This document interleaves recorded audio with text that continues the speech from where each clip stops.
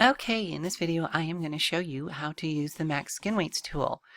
In this description will be a link to where you can download it. And so once you got that mail script, you install it, you put the mail script in your scripts folder, the same place that you installed MayaStar. Okay. Well, first we need to make a button in order to open up the program. Okay. So the plugin. So you want to open up your script editor, go to a mail tab, and you just want to type in the name, just like I have it here. Max Skinweight Tool with all the capitalized letters, capital MAXS, lowercase k, IN, uppercase W, and then lowercase. You can see it. Just type it in. It's just the name of the script. And make sure you type it in and don't copy and paste it. Maya, for some reason, doesn't like it when you copy and paste it. I've tried it. Now, it may be where I was copying and pasting it from, but yeah. But it's just the name of the mail script itself. Not all mail scripts work this way, but this particular one does, and you do have to use this name. Okay, and it should be the name of the mail script that you got. Okay, so once you have it, highlight it, click File, Save Script to Shelf, and give it like a short name, because as you can see by these up here, it doesn't give you many letters to do the name of it. So I just call it Max Skin. Okay, and I click OK. Now, if Maya was open when you put the mail script into that scripts folder, you have to either restart Maya, because Maya only looks in that folder the first time when it first starts. And if you put the mail script in it when Maya is open, it doesn't know it's there. The other way you can do is come down here to your command prompt, or line down here, make sure that this is set to mail, and just type in rehash and hit enter. Okay, then it will know that it's there. Okay, now, because if we didn't know it's there and you click on this button, nothing will happen. So it needs to know that it's there. So if we click on this, boom, there it is. And let's see, deformed. Okay, I would ignore this for here and these warnings. Oh yeah, these warnings are just saying that these particular flags are kind of obsolete and shouldn't be used. It still works. I've used this on Maya 2022. I believe I even tried it with Maya 2023, so it should work just fine. Okay, so this is an awesome tool. One of the best things about this is you can select your body, shift select your clothing, or select it in the outliner. As you see there, you click the button, and my pants are not rigged. Okay, my pants are not rigged. I've deleted the history. I've deleted history. I've even done the clean geo in here to make sure that's all clean. And I don't have to freeze transformations. You see here, everything's 0 and 1, 1, and 1. So we know we're good to go. And so all you have to do, select the body first, shift select the pants. Oh, come on. Okay, shift select the pants and click the transfer button. And now everything all the weights have been copied, everything's been copied, and it's that easy. Okay, and let's go back to bind pose. Okay, I like binding pants with the legs slightly apart, like at 5 degrees each on the hip bone, just because it's easier to rig, because the inner thighs can get really hard, especially if they're overlapping. And while a shirt, you don't really want to do that. You want to rig to the bind pose of the avatar. The pants are not that, or the legs are not that touchy about it. But arms, the shoulders, yeah, they always are. Anyway, so okay, so quickly, I'm gonna put that on reference so I don't accidentally select the body. Go to vertex. If I select a vertex, and see, this happens sometimes where I select a vertex and nothing shows up here. So what you want to do if that happens, close it, reopen it. There we go. Okay. So if you want to grow the selection, these are for growing the selection, shrinking the selection, doing edge loops, or edge rings. So that's just for those selections. Okay. These are absolute values. This right here, this window here, is all the bones in the skin cluster. Okay, that's all the bones that are in the skin cluster. Okay, this here are the bones that this particular vertex is rigged to. Okay, these are absolute values, so if I wanted one of these bones to have one of those values, say 50% or 0.5, just click it and see how it makes the pelvis 0.5. Okay, and Control Z back. Okay, if you want to add influence, you can select a bone up here, and then you just add 0.1. See, it has 0.1. If you want to get rid of it, just click 0, and it will get rid of it. Okay. If you want to make... Okay, so that gets us down to here. This is a great area. I've never really tried clicking these buttons, but I've used these a lot. These are great for making fine adjustments. This one down here, scale, makes very, very fine adjustments. This makes larger adjustments.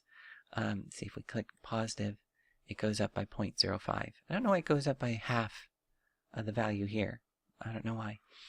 But if you want to make, so if we go minus, it makes it smaller by 0.05. If you want to make smaller adjustments, say there's 0.7 instead of going up to 0.1.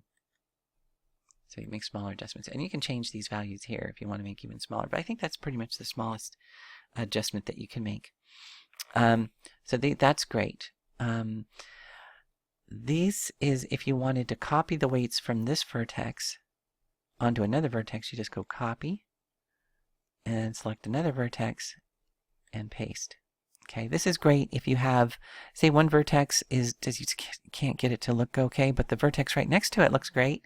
You could try copying the vertex from the one that's closest to it that looks good and pasting it. Blend is supposed to be where it takes the copied weights and blends it with the existing weights. I've never had any luck with this one. Okay. Let's see. Okay, so that's those. And so that's great for making very fine adjustments and copying and pasting weights. That I find that useful a lot. Especially, yeah, it's lots. It's just, and you can paste the weights onto more than one vertex at a time. So like if you were doing, where a whole bunch of them are going to have the same weights for some reason, you can copy and paste it to all the weights, all the vertices at once that you have selected. Okay, let's see if we can't get this one. Okay, this is good. So I just selected this. Now these don't tell you which exact vertice. This is not a combination of weights. There's some vertice in here that has this particular weight values to it. But this is great where you can select a whole bunch of vertices at once, and if you hit this button, all the weights that have less than 0.01, which is 1% influence on it, it will remove those weights. So here we have the butt, and it has 0.004, which is a lot smaller than 0.01. If I click here, boom, the butt is gone. So you can get rid of a bunch of little tiny small weights that have hardly any influence whatsoever, which just makes everything a little bit easier to see, especially if you were going to be adjusting weights, of increasing or decreasing something, there's less bones to have to worry about. So that's what this button's for. Okay, moving on. Okay, this is great. These two buttons are great if you say this leg looked great, but this leg wasn't quite so great. So this leg is in the positive Y, this leg is in the negative Y. So if we wanted to copy all the positive Y half of the mesh to the negative half of the mesh, mirroring them, you can hit this button. So this is positive Y to negative Y. So if I just click like that, all of a sudden this side will look pretty much identical to this side. It will look identical if your mesh is completely symmetrical. This mesh is not completely symmetrical, but it does a really nice job of copying the weights over from one over the other. Or if the negative Y area looked good, it can copy over to the positive Y. Okay, this paste mirror, and you have to be in vertex mode when you click these buttons, and you have to have just one vertex, at least one vertex selected. It doesn't matter which vertex it is. You know, I usually select the vertex where I'm copying from to, but I've tested it and it doesn't matter. You just have to have one vertex at least selected. I've just gotten into the habit of from to, so select the from and then it will go to. So what this is supposed to be is, say the knee area on this side looked great. This button was supposed to be where you could select the good area and then just copy the weights over to here, because maybe you don't want to copy the entire weights over. And you're just supposed to be able to click it like that and it's supposed to run, but it doesn't work. I've never been able to get it to work. I think it's because this was originally made for Y up instead of Z up. And I had to modify it to get these two buttons to work. And I tried to modify it to get this to work, but I just couldn't figure it out to get it to work. So that gets us to how do you modify this mouse script so that these two buttons work. So awesome. So I'm going to pause it and I'm going to show you. I'm going to switch to the other program. Okay, so here we are on a website. This is a great website if you ever need to compare two texts to find the differences. On the right is the original. On the left is the modified version. And if we scroll down a little bit, we can see where some changes are. I would ignore these changes here. I had messed up the size of the window and I had to change the size of the window. But if you're finding that it's hard to read certain things, you can try to change it to this so that this is the same. Let's see. Okay. And then here's the same thing here. You could change these. It's not going to hurt anything to the way I have it, although I don't think you really need to, but you can try. And then if we hit this little down blue button, it will take us down to the next section. This is very important. I know I changed this. Okay, see it has negative X, or it has X here. It needs to be Y.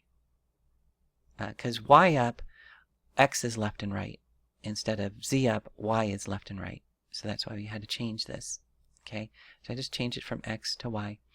And this is just the name. This is right here is just the website, his website. And that's here. And I just edited a little bit just to make it centered instead of what he did, which was add spaces and all sorts of fun stuff.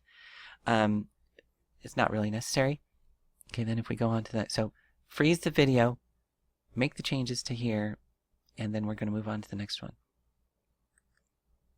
Okay, here I believe this section, like I tried doing this like years ago, so I think this is the section where I was trying to get that other button to work, this button to work properly, but so I changed all the values of X to Y, and it still just didn't appear to work correctly. I've searched, so I don't think you have to do this, but you might end up having to do this. But so it's not going to hurt you if you do it. But yeah, pause the video, make these changes if you want to, just to be on the safe side, and then we'll go down to the next section, which I do know you need to change. Okay. These are for, remember, positive X to negative X, those buttons, and negative, positive Y to negative Y button, and the negative Y to positive Y. These are those buttons. Okay. Pretty darn sure. So you need to change these two X's to Y's. You need to change this Y here to an X, and same thing here to X. And that's it. That's all you need to change. And so now you know how to modify this to work. When you make the modifications and you save it, you might have to rehash. So if you've had this open and you had Maya open, you made those changes, you would have to rehash again, so it rereads the mouse script again. Otherwise, it won't know that it's there.